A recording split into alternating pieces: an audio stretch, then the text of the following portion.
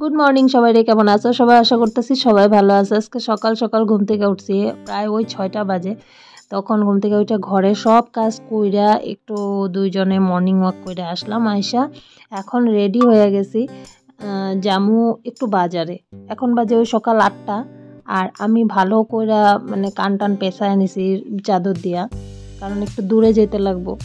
তার লিগে মানে ঠান্ডা লাগতেছে, তো দুইজনেই কান টান একদম ভালো করে, ও টুপি দিয়ে কান ডেকে নিছে, আমিও চাদর দিয়ে কানটা পেঁচায় নিছি। আর এখনও দেখতে পাচ্ছ কুয়াশা ভাবটা কাটে নাই।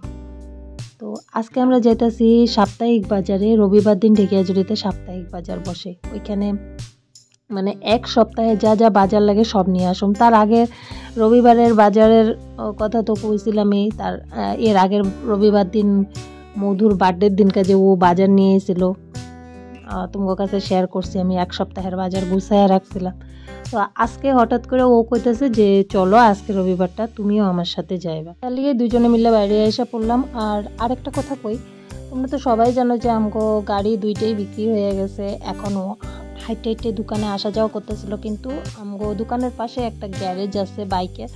তো ওর কাছে অনেকগুলাই বাইক আসছিল, বাইক স্কুটি এরকম। তো অনেকে বিক্রি করে দেওয়া যায় বা অনেকে রাখা যায়, তারপর আর নিতে আসে না, এরকম তো থাকে। তো ওই গ্যারেজের ছেলেটা যখন দেখলো যে রোজ ও হাইটটা দোকান যেতেছে, তখন ও বললো, দাদা যে আমার থেকে একটা স্কুটি নিয়ে যাও, তুমি ওইটা নিয়ে এখন দোকানে আপ ডাউন করো, যদি আমি মানুষ হয়ে বিক্রি করে দিব, যতদিন বিক্রি করতে না পারি আপাতত তুমি এটা দিয়েই চলো।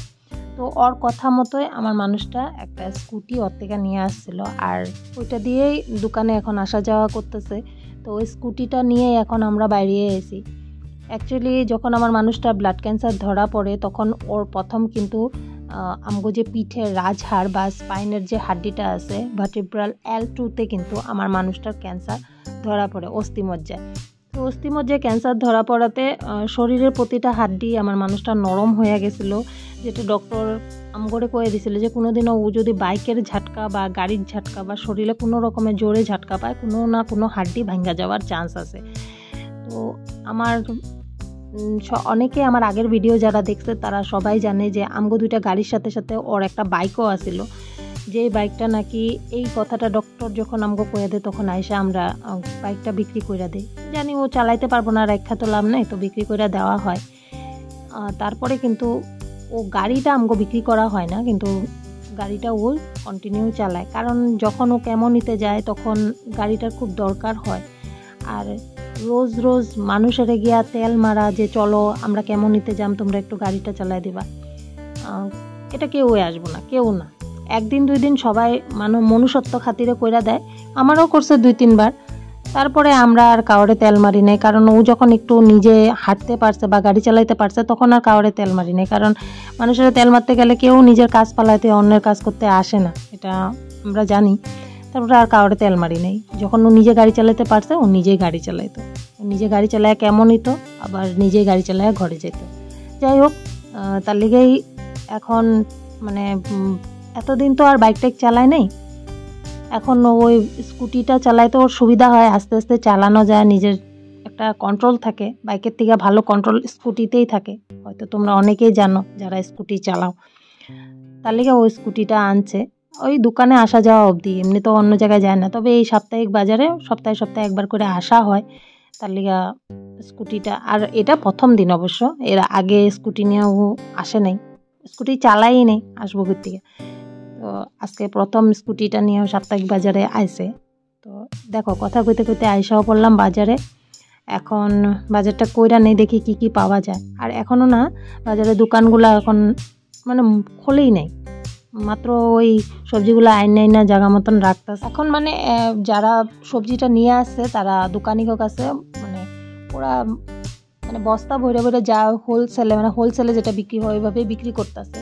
তো রিটেলে এখনও বিক্রি শুরু হয় নাই, জালিকা আমাকে একটু প্রবলেম হয়ে গেছে। সকালবেলা আসলে এটাই প্রবলেম, বেশি বেশি করে নিতে লাগে। ওগো যখন আমরা গিয়ে জিনিসপত্র চাইতেছি, ওরা কইতেছে 4 কেজি 5 কেজি একবারে নিয়ে যাও। আমরা দুজন মানুষ 4 কেজি 5 কেজি নিয়ে সবজি কী করুম কম।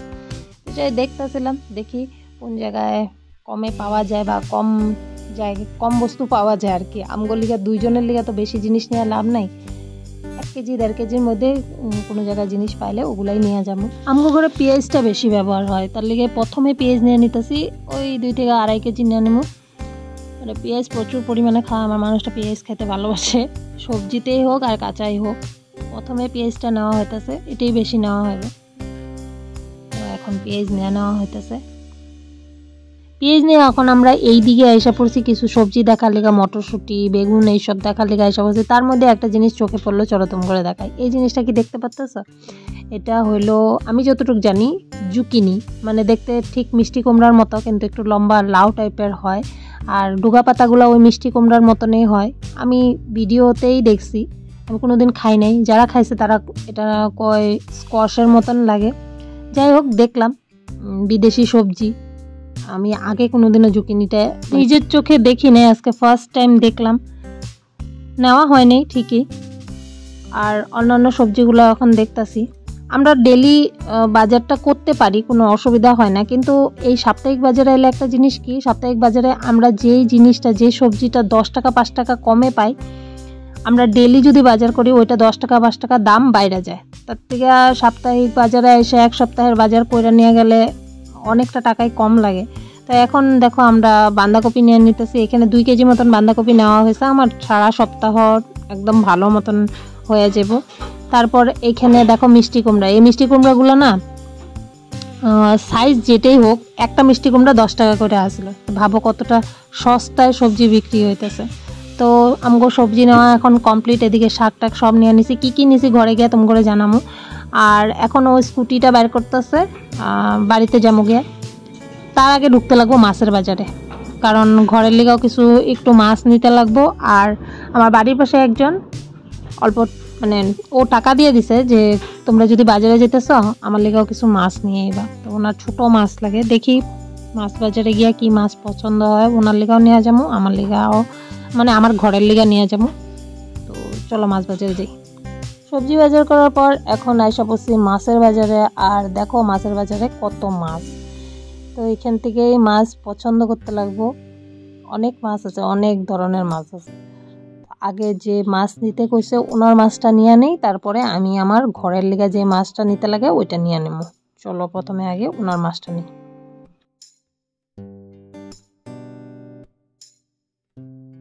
তো যে টাকা দিয়ে দিছিল ওনার লেগে এই মাছটা নেওয়া হইতেছে। মাছটা দেখতে খুব সুন্দর আছিল, আমার ইচ্ছা করছিল আমিও নিজের ঘরের লেগে নেই, কিন্তু অল্প পরিমাণে আছিল। যে টাকা দিছে ওনার এই মাছেই লাগে, তো তার লিগে নিয়ে নিলাম, আমার লিগে আর নেওয়া হইল না।